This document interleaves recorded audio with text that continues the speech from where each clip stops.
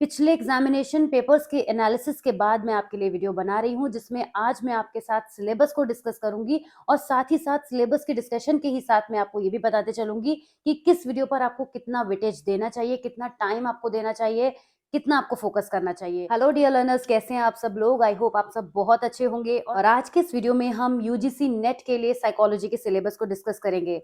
बहुत सारे स्टूडेंट्स ने इस वीडियो के लिए रिक्वेस्ट किया था और ऑफ कोर्स ये जानना भी बहुत जरूरी है कि यूजीसी नेट में साइकोलॉजी का सिलेबस क्या है। अगर आप पहली बार साइकोलॉजी के लिए अपियर होने जा रहे हैं तो भी ये वीडियो आपके बहुत ज्यादा काम का है, और अगर इससे पहले आप किसी भी वजह से अपने एग्जामिनेशन को क्रैक नहीं कर पाए हैं तो भी ये वीडियो आपको बहुत ज्यादा हेल्प करेगा, क्योंकि इस वीडियो में सिलेबस के अलावा हम ये भी डिस्कस करेंगे कि वो कौन कौन से टॉपिक हैं जो सिलेबस में हैं और बहुत ज्यादा ईजी हैं, स्कोरिंग है, या कौन से वो टॉपिक्स हैं जिन पर हमें बहुत ज्यादा फोकस करना चाहिए, जिसमें से बहुत ज्यादा क्वेश्चंस पूछे जाते हैं। तो पिछले एग्जामिनेशन पेपर्स के एनालिसिस के बाद मैं आपके लिए वीडियो बना रही हूं जिसमें आज मैं आपके साथ सिलेबस को डिस्कस करूंगी और साथ ही साथ सिलेबस की डिस्कशन के ही साथ मैं आपको ये भी बताते चलूंगी कि किस वीडियो पर आपको कितना वेटेज देना चाहिए, कितना टाइम आपको देना चाहिए, कितना आपको फोकस करना चाहिए। तो बिना किसी डिले के चलिए इस वीडियो को क्विकली बिगिन करते हैं। मेरे साथ है आपका पूरा साइकोलॉजी का सिलेबस, और आप इसको स्क्रीन पर भी देख सकते हैं। तो चलिए क्विकली बिगिन करते हैं। सबसे पहले तो आपको पता ही होगा कि साइकोलॉजी सब्जेक्ट के लिए कोड नंबर 4 है। यूजीसी ने ये ऑफिशियल अपनी वेबसाइट पर ये सिलेबस अपलोड किया हुआ है, फिर भी आपकी कन्वीनियंस के लिए मैं आपको यहीं पर शेयर कर रही हूँ जिससे आप स्क्रीन पे साथ साथ देख भी सके और समझ भी सकें। सबसे पहले जो टॉपिक है साइकोलॉजी के सिलेबस में वो है एमरजेंस ऑफ साइकोलॉजी, यानी ये बात करते हैं उस एरा से जब साइकोलॉजी फिलोसफी से अलग हुई। एक बात यहाँ पे समझिएगा कि जब साइकोलॉजी फिलोसफी से अलग हुई तो फिलोसफी उसके अंदर थी, कुछ पार्ट उसके अंदर था। तो साइकोलॉजी और फिलोसफी के रिलेशनशिप और बिल्कुल बिगिनिंग से हम यहाँ पे साइकोलॉजी के इमरजेंस की बात करते हैं। सारे इज्म इसके अंदर आते हैं, जितने भी एराज थी आप देख भी सकते हैं स्क्रीन पर, और इसके अलावा आप सिलेबस को भी डाउनलोड कर सकते हैं, वहां से भी आप देख सकते हैं। हमारे टेलीग्राम चैनल पर भी ये सिलेबस अवेलेबल रहेगा। तो यहाँ पे जो भी साइकोलॉजिकल थॉट्स रहे हैं, स्कूल्स रहे हैं, साइकोलॉजिकल स्कूल्स बहुत इंपॉर्टेंट टॉपिक है। आप साथ साथ नोट डाउन भी करते चल सकते हैं कि साइकोलॉजिकल स्कूल्स जितने भी हैं, बिहेवियरिज्म, फंक्शनलिज्म, स्ट्रक्चरिज्म, जितने भी इज्म आए हैं, इन सारे इज्म को किसने दिया, कब दिया, उस ड्यूरेशन में क्या वर्क हुआ साइकोलॉजी की फील्ड में, किस किस का कंट्रीब्यूशन रहा, किन चीजों पर फोकस रहा, ये सारे पॉइंट्स यहाँ से निकल कर आते हैं। तो एमरजेंस ऑफ साइकोलॉजी में जो आप थर्ड पैराग्राफ देख रहे हैं वहां पे आप देखिएगा कि essential aspects of knowledge paradigms, ये बात करते हैं कि साइकोलॉजी जो फिलोसफी से कनेक्टेड थी, जितना भी कुछ यहाँ पर है वो positivism, post positivism, cooperative inquiry, paradigm controversy, सब कुछ जो कुछ है साइकोलॉजी के एमरजेंस से जुड़ा है। एमरजेंस का मतलब जानते हैं ना कि साइकोलॉजी ने जब बर्थ लिया तो उससे जो जुड़ा हुआ सारा कंटेंट है वो यहाँ पर रहता है। अब आते हैं रिसर्च मेथोडोलॉजी की तरफ, जो कि स्टैटिस्टिक्स भी कहलाता है, और ये बहुत इंपॉर्टेंट पार्ट है साइकोलॉजी का। जो हमने पहला डिस्कस किया था वो हिस्ट्री पार्ट है। साइकोलॉजी की हिस्ट्री से रिलेटेड जितना कुछ भी है, वैसे तो हिस्ट्री वो सब कुछ हो जाता है जो आपसे थोड़ा टाइम पहले गुजरा होता है ना, तो वो सब कुछ हिस्ट्री होता है। तो इस तरीके से तो पूरी साइकोलॉजी को हम हिस्ट्री नहीं कह सकते, हम हिस्ट्री में उसी पार्ट को लेंगे जो साइकोलॉजी के एमरजेंस से जुड़ी हुई थी। अब बात करते हैं रिसर्च मेथोडोलॉजी एंड स्टैटिस्टिक्स की। साइकोलॉजी एक साइंस है, इसमें आए दिन नए नए रिसर्चेज होती रहती हैं। तो जो रिसर्च मेथोडोलॉजी वाला पार्ट है वो हमें ये बताता है कि साइकोलॉजी में कौन से मेथड्स यूज होते हैं, रिसर्च मेथड्स यूज होते हैं, कैसे कैसे चीजें जो है उसमें निकल कर आ रही हैं, क्या स्टैट्स यूज होती है। तो स्टैट्स में यहाँ पे कैलकुलेटिव पार्ट भी आ जाता है, जिसमें paradigm of research, qualitative, quantitative, mix methods approach, ये सब कुछ आप देख रहे हैं। Stats in psychology, correlation analysis, regression, experimental design, और ये जो आप लास्ट पैराग्राफ देख रहे हैं ना एक्सपेरिमेंटल डिजाइन वाला, ये अनोवा, रेंडमाइज्ड ब्लॉक डिजाइन, ये सब यहाँ पे कैलकुलेटिव पार्ट भी है। Chi square methods, correlation find करने के मेथड्स, कुछ चीजें जो यहाँ पर हैं वो न्यूमेरिकल पार्ट भी है जो कि स्टैट्स में होता है।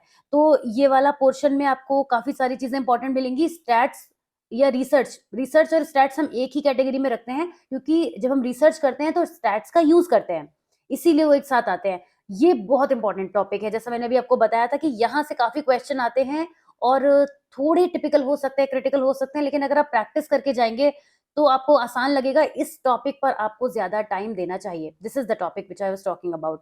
आगे बढ़ते हैं साइकोलॉजिकल टेस्टिंग। साइकोलॉजिकल टेस्टिंग वो पार्ट है जब हम रिसर्च से पहले करते हैं।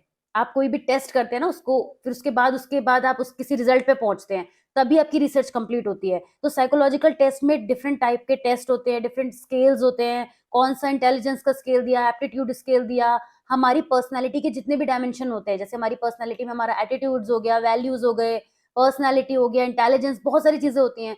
उन सब पर बेस्ड जितने भी स्किल्स बने हैं, वो स्किल्स किसने बनाए हैं, कब बनाए हैं, उन स्किल्स का कहाँ-कहाँ यूज़ है, कितनी एज ग्रुप में वो स्किल्स यूज़ होते हैं, ये सारा कुछ आपको साइकोलॉजिकल टेस्टिंग के अंदर मिलेगा और ये भी क्योंकि रिसर्च के पहले का पार्ट है, तो ये भी इक्वली इम्पोर्टेंट हो जाता है।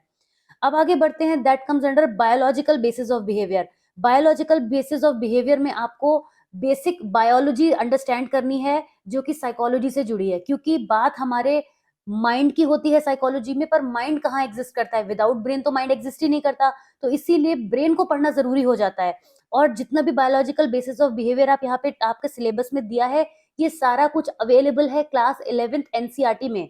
अगर आप एक बार क्लास 11th की एनसीईआरटी उठाकर ये पूरा टॉपिक पढ़ेंगे, तो आपको सारे ग्राउंड रूट्स मिल जाएंगे, फिर आप क्वेश्चन की तरफ बढ़ेंगे तो आप डिफिकल्टी लेवल बढ़ा सकते हैं। तो ये मैंने आपको हिंट दे दी है यहाँ से कि बायोलॉजिकल बेसिस ऑफ बिहेवियर आप एनसीईआरटी की क्लास 11th से जरूर पढ़े। हिंदी में पढ़ना है तो हिंदी में पढ़ें, इंग्लिश में पढ़ना है तो इंग्लिश में पढ़ें, लेकिन आप वहां से पढ़ें, आपको बहुत आसान और अच्छे शब्दों में इजिली समझ में आ जाएगा।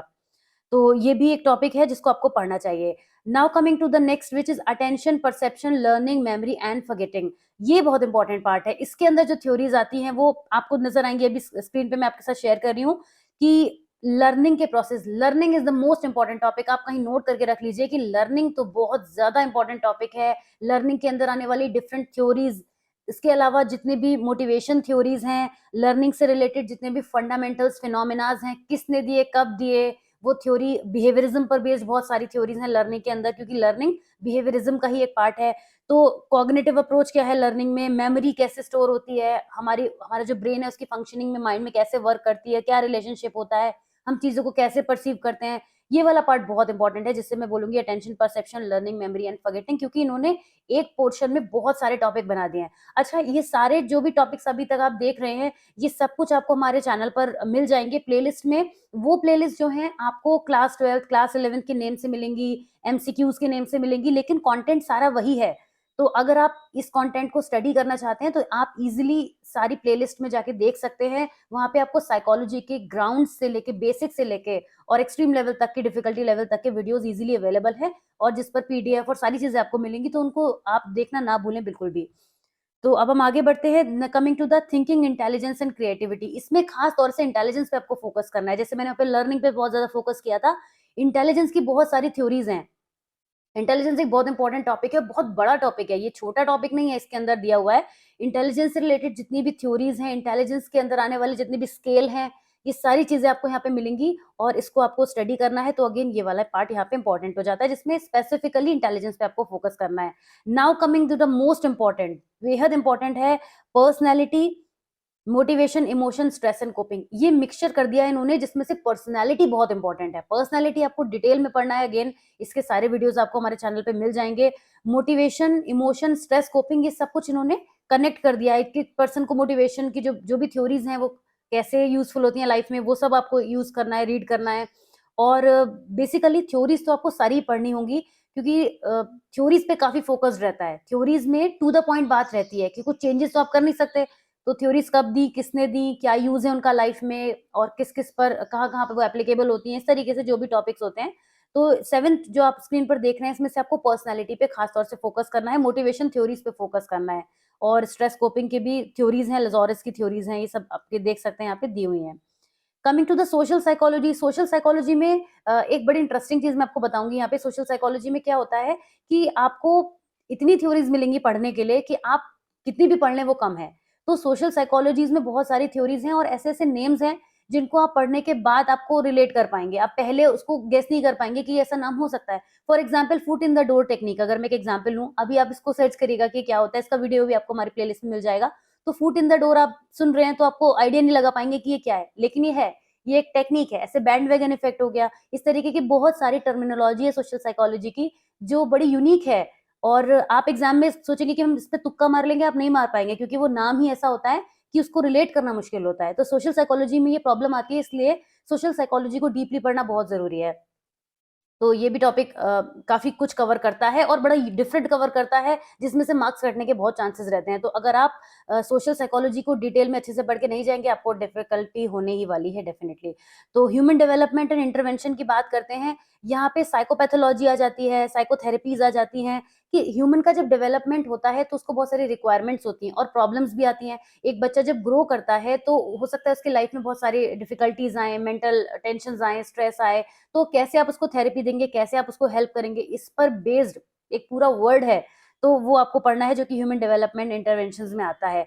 इसके बाद एक जो टॉपिक है लास्ट हमारे पास दैट इज़ इमर्जिंग एरियाज़। अब किस तरफ साइकोलॉजी न्यू बढ़ रही है, ये बहुत इंपॉर्टेंट है। इसको भी मैं इंपॉर्टेंट यहाँ पे मार्क करूँगी और लास्ट में एक बार फिर से आपको बताऊँगी कि किन-किन टॉपिक्स पे मैंने स्पेशल फोकस किया है। इमर्जिंग एरियाज़ में हम ये देखते हैं कि साइकोलॉजी जो है, वो मेंटल हेल्थ, मेंटल वेल-बीइंग की तरफ बढ़ रही है, बहुत उस इस एरिया को कवर कर रही है।